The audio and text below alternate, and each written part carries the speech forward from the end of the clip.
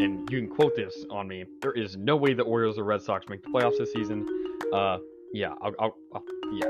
There's no way. There's no way. I set the bar really low at the NBA predictions. I don't think all Mavs fans look into the stats like I do. It's not the great value Target brand toilet paper or whatever. It's the Charmin Ultra Strong. I don't know if Nick Nurse is the coach for the Raptors. I don't know if he's the reason why they won the 2019 championship. I feel like that was more of a team effort. The Mavs cannot say we do not miss Seth Curry shooting threes. This questions the firing of Dwayne Casey, who I think is a very underrated coach. To me, the Capitals really pushed all their chips for this season. Hello, I'm Mike Grimes, and you've been listening to Outsiders Opinions with Kevin and Austin. What's up, y'all? Welcome to our MLB Opinions of the Week. And Austin, the man that I'm going to be talking to, and I usually do for all these episodes, we have a free agent signing. Blake Snell to the Giants, as you broke the news to me. Kevin, this makes me happy just for the fact that I picked the Giants to be the top seed in the NL before we heard this news. And I think this news makes it a much greater chance that happens. Yeah, and was this something where I'm like, why don't the Giants just sign Blake Snell? Didn't I say that like a few weeks ago? I didn't think it would happen.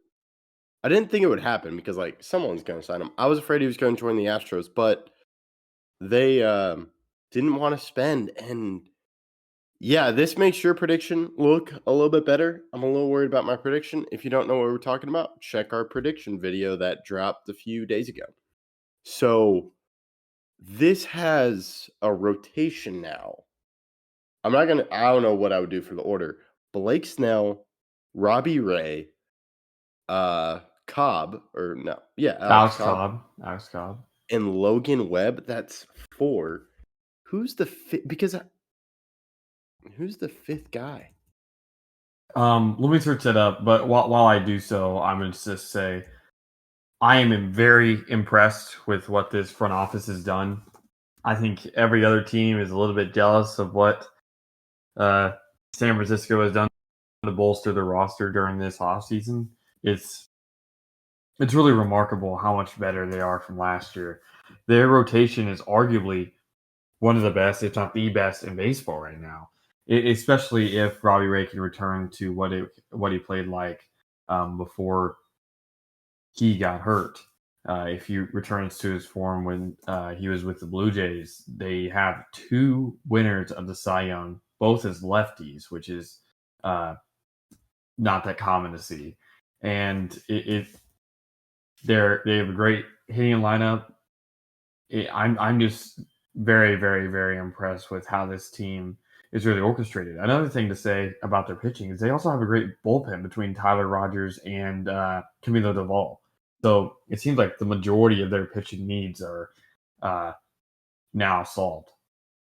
Yeah, and to me, they weren't a desperate team with pitching. Like, they had Logan Webb and Alex Cobb, and Logan Webb is amazing. This just cements it. And I remember they signed Jordan Hicks, and I forgot they have Michael Conforto.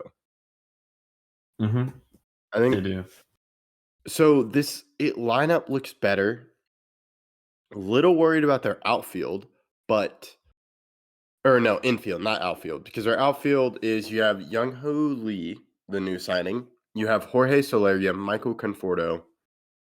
And those are established names. They have a new shortstop, Marco Luciano, who I think's dealt with injuries, then Nick Ahmed. They have Matt Chapman, they also, for their infielder, they have Matt Chapman. And then they have Tayo Estrada, who they have some young guys coming up. So this looks like a really good team on paper. And credit to their front office, given last year how that fell out with Correa leaving. They tried to go for Ohtani this year. They tried to go for Judge last year.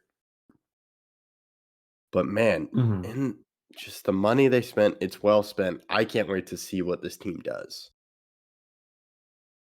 Yeah, I find it hard to believe that no other team wanted to make a move.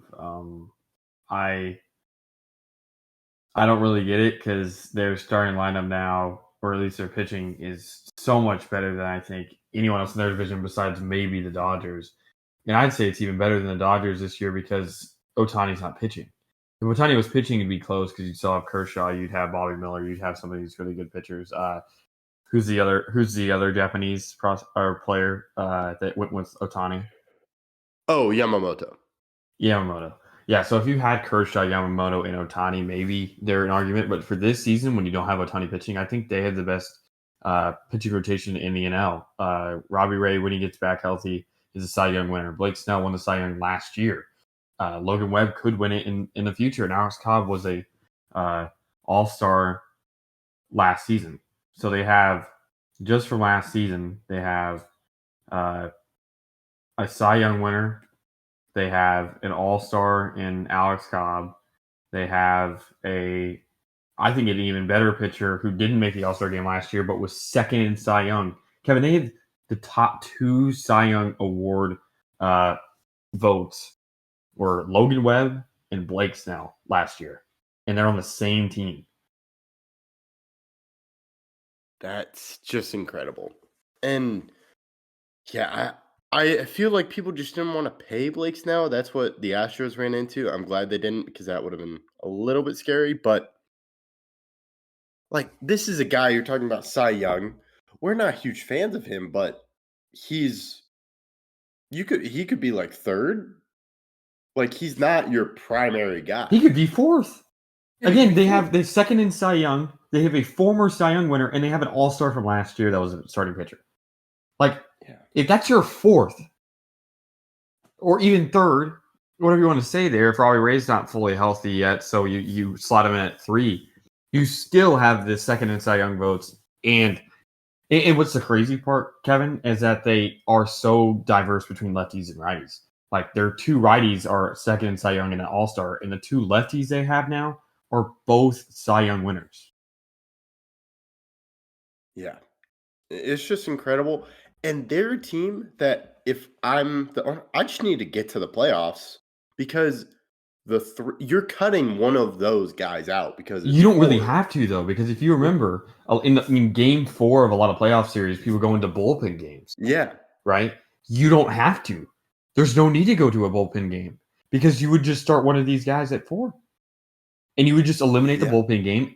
And while they don't have the deepest bullpen, like I said, they have Tyler Rogers, they have Camilo Duvall, they have some other guys in their bullpen that are very good. And that top 3 guys in their bullpen are really good, and that's all you would need. Just get 6 innings out of your starters, and then 1, 2, 3. 6 innings out of your starter, 1, 2, 3. And you can do that every time with this lineup. Yeah, and I know Blake Snell has struggled in the playoffs, but if he's your 4th guy against bullpen, that's pretty good. And he's had some 3-game series too. Yeah, and he's also had some good series. His career ERA in the postseason's 3.33, which isn't incredible, but it's not bad. And if you remember in the World Series, he pitched amazing against the Dodgers back in 2020. He's had some good series in the NLDS against the Dodgers in 2022. He had a 1.69 ERA. The problem was in the NLCS against Philadelphia. He did pitch poorly. So he's had bad series. He's had good series. A 3.33 ERA in 12 appearances is good. He's been good in the postseason during his career. Not great, though. But the thing is that if you're just getting good, if you're getting 3.33 from your 4th guy, or even 3rd guy, you're really sitting pretty come the playoffs. And pitching wins championships. I think that's something that we've seen in the past. Whether it's starters or bullpen, you need to have really good pitching to end up winning it. And the Giants have really solved that. Now they just, like you said, have to get there. Even if this is a wild card team, if I'm wrong and they're not the number 1 team in the NL, who wants to face this? In 2 games, you're getting 2 former Cy Young winners as the 2 guys, potentially? Or if you go Logan Webb, a guy that was second and could win it this year, a Cy Young.